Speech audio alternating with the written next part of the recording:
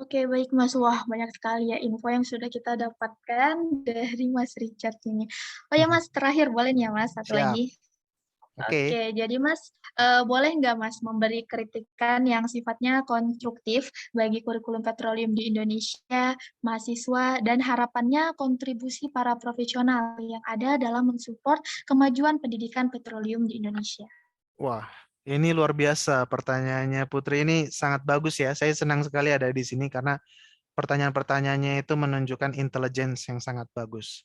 Nah, kalau kritik konstruktif, mungkin yang bisa saya bilang karena tadi barusan Putri singgung juga, menurut saya kampus bisa lebih menginvolve para profesional, ya. Para praktisi, para profesional akan sangat-sangat-sangat senang kalau diundang, misalnya menjadi dosen tamu, ya. Bisa sharing gitu ya, atau bahkan bisa ngasih tutorial software, karena memang praktisi jauh lebih sering memakai software ya dibandingkan teman-teman student, ya akan sangat senang. Jadi nggak usah ragu, libatkanlah praktisi.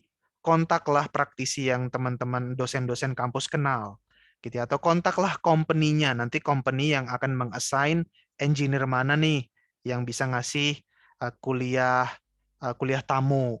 Ya, jadi buat teman-teman akademisi, Bapak Ibu dosen, nggak apa-apa, undanglah praktisi untuk mengisi kuliah tamu. Itu saran kritik konstruktif yang bisa saya kasih satu. Dan yang kedua, eh, mungkin segeralah mengimplementasikan machine learning itu sebagai salah satu bagian dalam kurikulum. Ya, ini wajib. Pak Jokowi juga sudah bilang gitu ya. Sebenarnya kita nggak kalah-kalah banget loh sama orang luar gitu ya. Mungkin kekurangan kita adalah kita kurang banyak memakai bahasa Inggris gitu ya. Sama itu satu lagi, coding kita mungkin tidak sesering orang-orang luar gitu. Jadi masukkanlah coding machine learning itu dalam kurikulum wajib gitu. Itu kritik saran saya yang kedua. Dan yang ketiga, bekerja samalah ya dengan provider software menurut saya. Bekerja samalah dengan mereka, skemanya seperti apa itu bisa didiskusikan, entah beli softwarenya gitu ya, atau bisa mungkin uh, si provider ini memberikan license dengan free gitu ya, karena ini mungkin untuk apa namanya, untuk marketing mereka juga gitu ya. Diskusikan saja antara kampus dengan software provider supaya license-nya ini dapat bisa diinstal di laboratorium komputer kampus, teman-teman sangat bisa memakai software itu setiap hari. Apalagi sekarang zamannya sudah zaman apa namanya, online gitu ya. Nggak harus kita datang ke kampus pakai komputer untuk ngeran software, enggak gitu. Jadi mungkin ini bisa jadi sesuatu yang dipertimbangkan supaya teman-teman ini udah kebiasa, udah familiar dengan software di dunia kampus. Ketika nanti udah lulus, ditanya rekruter, kamu bisa pakai software ini. Wah, itu mah setiap hari saya pakai itu, Pak. Itu mah saya skripsi saya bidangnya itu. Oh ya udah langsung kamu masuk gitu. Karena memang ada banyak kasus di mana ketika rekruter nanya, kamu bisa pakai software ini enggak?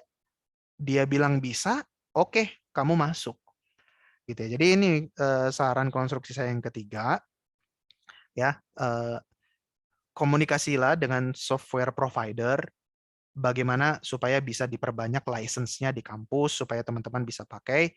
Sama yang mungkin yang keempat, CCUS itu wajib, Indonesia nggak boleh ketinggalan, harus tuh masuk jadi kurikulum wajib di petroleum engineering. Dan tentu saja geothermal, ini nggak usah saya sebut pun kayaknya akan ke sana. Jadi yang pertama itu adalah undanglah praktisi, lebih banyak dilibatkan untuk mengajar karena kita juga pasti akan sangat senang.